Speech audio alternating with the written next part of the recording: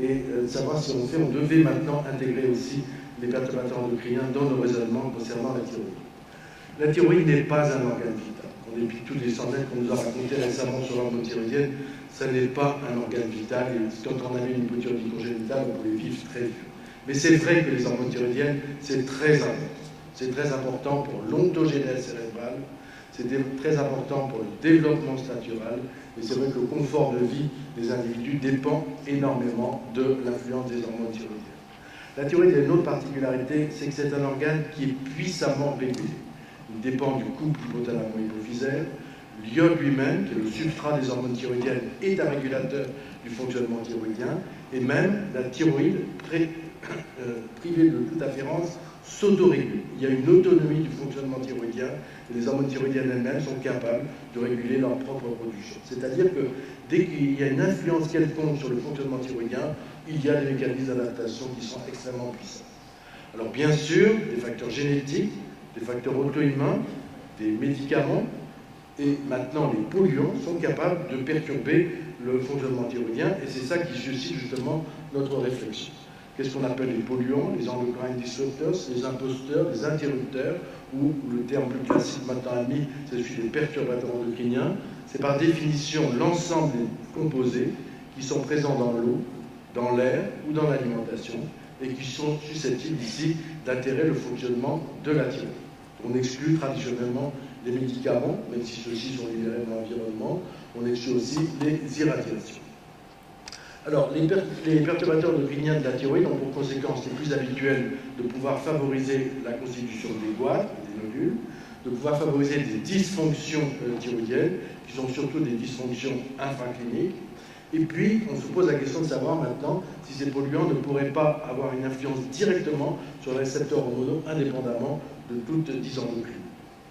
Alors, quels sont les facteurs qui peuvent contribuer à l'influence plus sévère de ces polluants? C'est la déficience iodée, c'est aussi l'auto-immunité. Les terrains à risque sont les fumeurs, donc éventuellement la sommation du tabac avec d'autres facteurs liés à l'environnement, selon l'effet cocktail. Il y a l'enfant, du fait du développement, et bien sûr la femme enceinte et la femme qui allait. Si on s'interroge sur les sites d'action des polluants, on va être effaré en fait du nombre de sites sur lesquels ils peuvent intervenir. Ils peuvent intervenir sur le rétrocontrôle au niveau de l'hypothalamus comme au niveau de l'antéhypophyse. Ils peuvent intervenir directement sur le fonctionnement thyroïdien. Ils peuvent intervenir sur la liaison des hormones thyroïdiennes dans la protéine de transport. Ils peuvent intervenir sur l'activation, sur l'action des désiodases, et également sur le métabolisme, au niveau hépatique, sur l'expression au niveau des voies biliaires. Mais même en allant plus loin, ils peuvent intervenir sur la pénétration dans les cellules thyroïdiennes, par la OATC ou MCT8, intervenir sur la liaison au niveau des récepteurs nucléaires, et de cela sur la transcription, sur l'action hormonale, et même sur des actions neuronales très spécifiques. Et ce qui est très particulier, c'est que ces actions en fait en périphérie, notamment lorsqu'ils interviennent sur le récepteur alpha ou sur la pénétration, peuvent ne pas modifier l'hormonémie thyroïdienne et pourtant relever quand même d'une perturbation des grandes fonctions de la thyroïde. Alors, si on regarde plus spécifiquement les sites d'action au niveau de la thyroïde, c'est quand même le plus classique, c'est vrai que vous connaissez bien les étapes de la biosynthèse, mais l'influence du sympathone de l'iodure, qui permet la pénétration active de l'iode au sein du parenchyme thyroïdien, peut être contrebattue du fait de l'effet compétitif du perchlorate ou bien du thiocyanate, ou d'isothiocyanate. Pour ce qui est de la synthèse, vous savez que l'enzyme clé de la biosynthèse hormonale dépend de la thyroperoxydase et elle-même peut être entravée par l'iode en excès, c'est la base de l'effet de Volchaïkov qui protège l'organisme d'une imprégnation iodée excessive qui ferait augmenter la production thyroïdienne, du fait de la goitrine, du fait des flavonoïdes, du fait de la résorcine, du fait du thiocyanate qui, lui, comme un perchlorate, est métabolisé par la cellule, du fait du disulfide, du fait de pyridine. Et puis, la protéolyse de la thyroglobuline libère les hormones thyroïdiennes, et cet effet peut être entravé notamment par le carbonate de lithium. La liaison protéine de transport intervient des flavonoïdes, des phtalates. Sur le métabolisme des hormones, les hydrocarbures aromatiques, les biphényles chlorés et bromés, organochlorés, vous voyez que les sites sont nombreux, et en allant plus loin aussi, sur le rétrocontrôle, notamment par l'effet bêta des hormones thyroïdiennes, on trouve le tétrabromobisphénol A, bisphénol à nouveau, pébélutin, le plomb, le DDT, vous savez que son dérivé, le bitotane, diminue la production de T4 par inhibition de l'axe thyrotrope. Et puis, des effets au niveau de l'activation peuvent venir du traditionnel PCB, des dioxines, du plomb, du cadmium, des filtres à rayons ultraviolets. La métabolisation des hormones thyroïdiennes peut être elle-même modifiée par activation enzymatique par les PCB, les dioxines, le perfluoré, donc on reprend brièvement ces données. Et puis, tout à fait en périphérie, sur la liaison aux récepteurs hormonaux interviennent ici les phénols, et puis d'autres actions peut-être sont possibles au niveau de la transmission. Alors, si on regarde, si on a un regard critique sur l'alimentation, ce que nous apporte l'alimentation et l'influence que ça peut avoir sur la fonction thyroïdienne, eh bien, intervient très rationnellement la goitrine.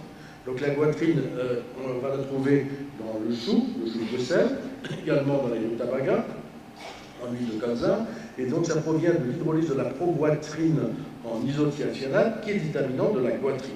La goitrine était ainsi dénommée parce qu'elle était capable de favoriser le goitre. Et ce qui est très remarquable, c'est que dans la goitrine, on retrouve cette thiourée, qui est la base des antithyroïdiens de synthèse. Tous les antithyroïdiens de synthèse, les mercaptolimidazoline ou les thiouracines, contiennent cette thiourée qui est présente dans la goitrine. Donc vous voyez qu'il est un antithyroïdien naturel.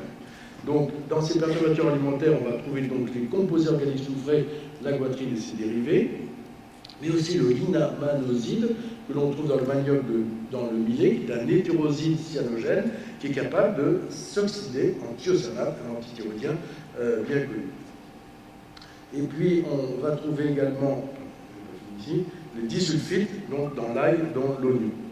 Et puis, les flavonoïdes, c'est par définition, ce sont les pigments naturels des végétaux, dans les fleurs, dans les fruits, dans les feuilles.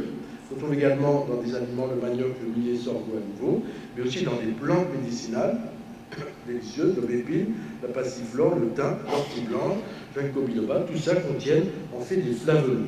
Alors, ces flavonoïdes sont des composés polyhydroxyphénoliques qui sont présents sous forme de glycoside inactive, qui s'hydrolysent dans l'intestin, en flavonoïdes agricoles, qui sont absorbés sous forme de monovers, d'acide phénolique, de résorcine à nouveau.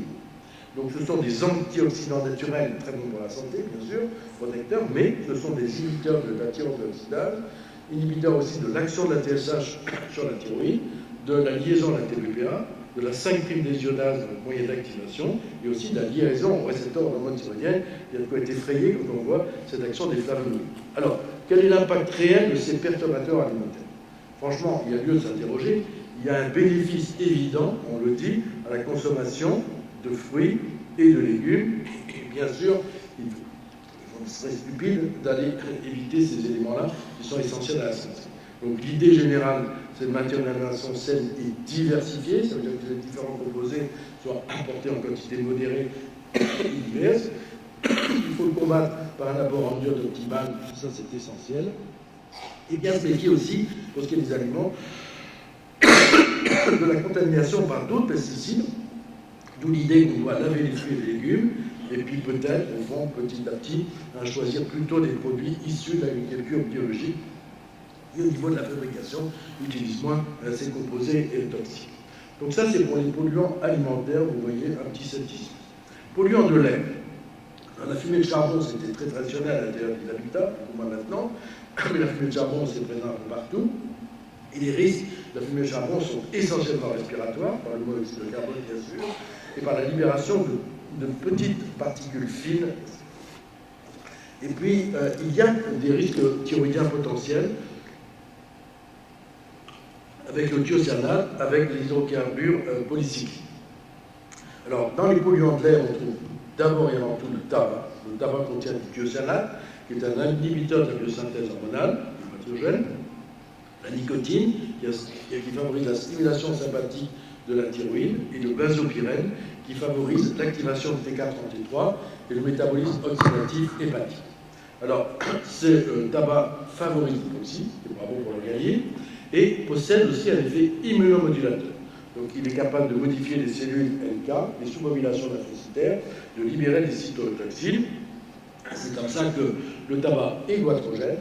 Robert Utiger, l'ancien rédacteur en chef du GCM, avait montré que chez les femmes enceintes, il y a une corrélation entre le taux de thiocyanate, les femmes qui fument, dans le sang du cordon, et le volume thyroïdien du nouveau-né. Et Knudsen, au Danemark, avait montré que chez les fumeurs, le volume thyroïdien moyen était de 12,4 millilitres, et chez les non-fumeurs de 15,3, avec en corrélation sur la thyroglobine, et que l'effet goitrogène du tabac est dépendant également de la charge en iode. Si on est déficient en iode, l'effet goitrogène du tabac est plus important que si la charge en iode est faible. L'iode est protecteur. Alors, le tabac, vous savez, influence la maladie de Basedow. Ça conditionne énormément donc l'apparition de l'atteinte oculaire et sa sévérité, avec un risque relatif qui est multiplié par 7. Ça réduit la réponse au traitement glucocorticoïde ou du radiothérapique. Si on continue à fumer, on répond beaucoup moins bien aux thérapeutiques de cette situation sévère. Et Daniel Minower a montré que, de façon surprenante, en fait, le fait de continuer à fumer est un élément qui favorise les récidives de maladie de Basedow. Tabac et maladie de Basedow, c'est antinomique. Donc, à l'inverse, mais il ne faut pas trop le dire aux patients, on a montré que chez les gens qui fument, la prévalence des anticorps antithyroïdiens est plus faible, et de même, il y a moins d'hypothyroïdie. Et à l'inverse, c'est pas moral, si on arrête de fumer, on majore les types d'anticorps antithyroïdiens, il y a un accroissement du taux de la TSH. Vous voyez, le tabac est ambigu. La surmaladie de Basedow, c'est plutôt un facteur d'aggravation, et au cours des thyroïdites auto-immunes, au sens large, eh bien, c'est plutôt un facteur d'amélioration, donc il y a un effet immunogène spécifique qui est de nature différente en fonction de la pathologie. Alors, ça, c'était les polluants de l'air. Et puis après, il y a les polluants de l'eau, donc les contaminants industriels et domestiques. Donc on va trouver dans l'eau les eaux stagnantes, mais qui vont contaminer possiblement les poissons et la lymphatique, et puis qui vont se retrouver et se concentrer éventuellement dans les poissons. Et donc, il y a toute une série de substances, pas très amusantes, mais que je vais vaguement évoquer. Donc, d'abord, les dérivés phénoliques, qui sont d'origine industrielle, dans les teintures, les fongicides, les insecticides, qui contiennent des phénols, des diloxyphénols, la résine, 2,4-nitrophénol, donc traditionnellement les PCB, maintenant interdits, les pyralènes. Donc, ceux-ci sont capables d'interférer avec la biosynthèse des hormones thyroïdiennes, la liaison protéinotransport, la liaison récepteur alpha et bêta, et puis favoriser également l'induction enzymatique hépatique. Alors il y a les pyridines, donc, que l'on a dans les eaux souillées par le tabac, souillées à partir des végétaux, notamment le produit de régurgitation des eaux, souillées par le charbon, mais qui sont également utilisés dans l'industrie comme solvants. Alors eux interfèrent dans la biosynthèse hormonale au même titre que le thiocyanate. Les phtalates sont une source industrielle, les plastiques comme assouplissants, les PVC, le polyvinyle de vinyle, dans les tuyauteries sous pyrégide, donc ils sont capables de se dégrader sous l'effet de la chaleur avec le temps. On trouve également dans les produits de parfumerie. Les phtalates sont aussi d'origine végétale, dans le catabolisme des végétaux, des champignons, et dans les éléments qui ont été contaminés par les germes gram négatifs, donc notamment les eaux polluées sont goitrogènes. Alors ces phtalates sont des inhibiteurs de la synthèse hormonale. Alors, il y a des perturbateurs industriels et domestiques, donc les hydrocarbures polycycliques aromatiques, benzapyrène, issus de la combustion du bois, du pétrole, du tabac, surtout cancérogènes, mais qui favorisent également l'adhésionation de T433. Les biphénylbromés, les retardateurs de flamme, dans le capitonnage des canapés, par exemple, ou bien les tapisseries, eh bien, sont capables, pour certains, d'augmenter le poids de la thyroïde. Alors, les organochlorés, le triclosan, antifongique, antibactérien, bloquent l'action de la TSH au niveau de la thyroïde. Le DDT a été interdit, c'est un insecticide non biodégradable. La dioxine, donc c'est souvent un produit des déchets industriels venant des incinérateurs, sont capables de réduire la production de T4 et aussi des composés organiques, donc l'iode en excès qu'on a dans les détartrants ou quelques eaux contaminées par le lithium, épargner les piles au lithium, eh bien, peuvent également interférer avec la fonction thyroïdienne. Alors, il y a eu des inquiétudes un peu partout, et notamment sur les polluants qui seraient dans les crèmes solaires, dans les produits cosmétiques. Qu'en est-il au niveau de la réflexion sur la thyroïde, on badigeonne dans le dos des enfants notamment, est-ce que ça peut avoir une influence? Alors, les crèmes solaires ont été accusées de favoriser le blanchiment et la disparition des coraux du fait de la peroxydation. Ça libère de nanoparticules d'oxyde de titane, mais ça contient également des parabènes qui ont des propriétés antibactériennes, antimycosiques, et qui sont doués d'un effet œstrogénique, mais potentiellement immunogène pour la thyroïde. Ça favoriserait l'immunisation thyroïdienne. Le rétinil palmitate est un précurseur d'acide rétinoïque. Vous savez que l'acide rétinoïque est un partenaire des récepteurs des hormones thyroïdiennes, donc ça pourrait jouer également sur les récepteurs hormonaux et le freinage de la production de la TSH. Donc pour le dos des enfants, dit-on, peut-être c'est mieux de leur laisser le t-shirt que de les badigeonner largement avec ces crèmes solaires. Alors les baumes à lèvres, stick à lèvres contiennent du BHT, hydroxytoluène butylé, qui est un conservateur, et à forte dose, ce conservateur aurait des propriétés œstrogénisantes, cancérogènes, immunomodulatrices et goitrogènes, ça a été évoqué. Si jamais vous savez peut-être, historiquement avant le baume à lèvres, pour le lèvres GRC et autres, on utilisait du cérumen. Si vous voulez utiliser du cérumen plutôt que le stick, eh bien c'est peut-être pas non plus une mauvaise idée. Y a-t-il un lien entre le cancer de la thyroïde et l'environnement? Donc ça a été évoqué aussi parce que, bien sûr, les cancers de la thyroïde ont des relations avec les irradiations, avec l'apport iodé, mais plutôt pour la proportion papillaire vésiculaire.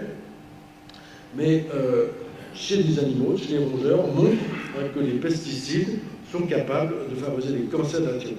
Alors, en réalité, il y a eu des enquêtes qui ont été faites chez les agriculteurs, les grossistes en produits agricoles. On n'a pas franchement démontré cela, donc on n'a pas trop à redouter, pas plus qu'avec les infections virales non plus. Alors, faut-il craindre pour le développement cérébral durant la vie en plein air? Ça, c'est quelque chose qui est très important, très intriguant et qui est très difficile à répondre.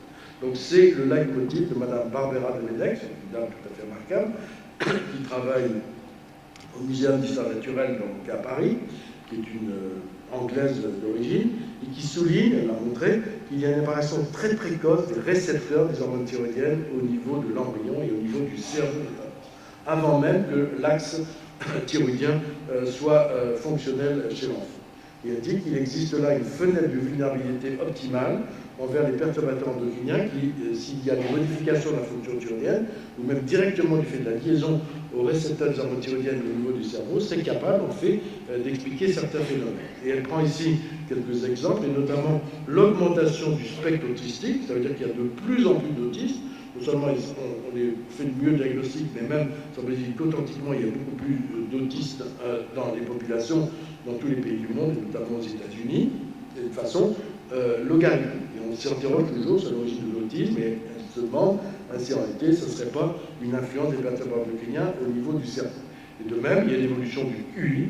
On est de plus en plus débile, il y a une baisse du QI, semble-t-il, il y a de moins en moins de surdoués, il y a de plus en plus de déficients intellectuels, et par exemple, en 10 ans, en France, par exemple, une perte du QI moyen de 3 points, donc, elle se demande, mais c'est vraiment du credo, si on fait tous ces polluants qu'on serait concentrés durant la vie embryonnaire, eh bien, ne saurait pas expliquer ces phénomènes. Alors, beaucoup de candidats, le plomb, les PCB, les dioxines, bisphénol A, PBDE, les perfluorés, les pesticides, tout ce qu'on a évoqué, certains solvants, en fait, seraient capables comme ça d'influencer, de déterminer ces éléments. Alors, dernier point, puis j'en resterai là, c'est sur le perchlorate. On va dire c'est ça qui avait motivé mon intérêt pour les polluants, c'est que j'ai été contacté moi-même, en fait par Veolia et puis par la communauté urbaine de Lille, parce qu'on s'était interrogé sur le perchlorate dans les autres boissons. Pourquoi? Parce que dans les autres boissons, d'habitude, on vérifie qu'il n'y a pas de contaminants bactériens, pas de fluor, pas de nitrate, pas de pesticides.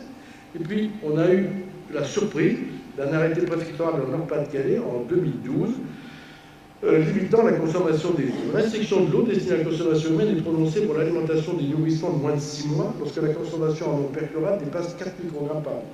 L'alimentation des femmes enceintes et des femmes allaitantes dès lors que la consommation en eau perchlorate dépasse 15 microgrammes par an. Et donc on y suivi une liste de 544 communes où nos 112 communes où, en fait, globalement, il ne fallait pas utiliser la consommation de l'eau globinée pour la confection des biberons des nourrissons et pour les femmes qui étaient enceintes ou qui allaitaient. Alors, assez curieusement, vous voyez, il y avait toutes les villes dans le rouge, en fait, on ne pouvait plus utiliser les eaux. On s'est interrogé sur ça, parce qu'en fait, le perchlorate, on l'a dans les propulseurs des fusées, dans les armes à feu, en pyrotechnique, quand on fait le 14 juillet en France, on fait des feux d'artifice, on libère du perchlorate. Dans le système de déclenchement des airbags, il y en a partout. Dans le traitement des cuirs, le tannage de finition utilise le perchlorate. Alors, on est également dans les salpêtres chiliens, très riches en nitrate, utilisés comme fertilisant azoté. On a détecté du perchlorate sur Mars, dans la vallée de la mort, dans le désert d'Akatama, au Chili. Or, justement, dans le Nord-Pas-de-Calais, on avait importé dans les années 1900 des engrais du Chili comme fertilisants assez largement.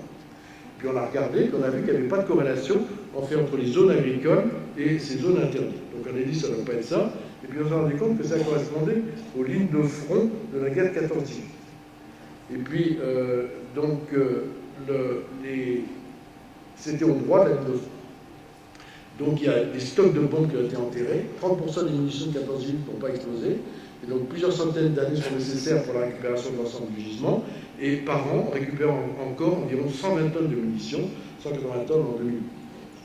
Et notamment, vous voyez, l'armement allemand, les Minenwerfer, ils envoyaient des mines qui contenaient du perchlorate, et en France, on leur répondait avec des lanceurs de torpilles d'artillerie, avec les crapouillots, et qui en fait ont été encore en usage encore de la Seconde Guerre mondiale.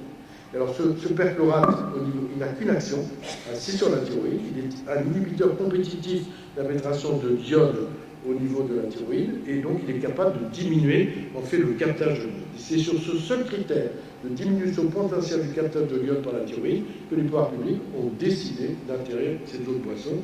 Et donc franchement, on est assez un peu surpris qu'un facteur aussi ténu en fait soit capable en fait de déterminer ça. C'est toute la problématique qu'on a justement au niveau de ces polluants, c'est qu'au fond on sait que ça existe, l'impact réel est extrêmement difficile à affirmer. Ce qu'on peut dire en résumé, c'est que la thyroïde, elle a d'abord bénéficié de l'environnement, et notamment avec l'iode, c'est ce qu'a dit Arnaud, l'une des plus belles victoires en fait de l'humanité pour la thyroïde, c'est l'augmentation de l'apport en iode, c'est la correction du déficit iodé, avec l'iodation du ciel notamment. Et ça, c'est remarquable. Donc l'environnement, la thyroïde a beaucoup bénéficié de l'environnement. Et alors donc, pour ce qui est des effets néfastes, le tabac, incontestablement, c'est toxique, même si l'effet sur l'auto-immunité thyroïdienne est présente, c'est pas très grave. Mais vraiment, le tabac, c'est vraiment aberrant. Alors les autres, dans l'alimentation, dans l'air ambiant, c'est quelque chose qui mérite interrogation, c'est mal évalué, c'est potentiel, mais les faits cliniques évidents, pas de cliniciens sont capables de dire qu'il y a une évidence d'une influence réelle. Alors ce qui est préoccupant en matière de l'organisme de Venès, c'est intéressant, c'est quand même hypothétique, c'est celle de la réceptivité thyroïdienne en cours de grossesse qui méritera des développements ultérieurs. En tout cas, je vous remercie pour cette belle invitation à nouveau à Marrakech, en pleine Merci professeur Véron pour cette très belle revue et pour montrer qu'à quel point est-ce que les polluants peuvent être, oui, peut-être hypothétiquement dangereux, mais ensuite qu'on doit quand même revoir les évidences.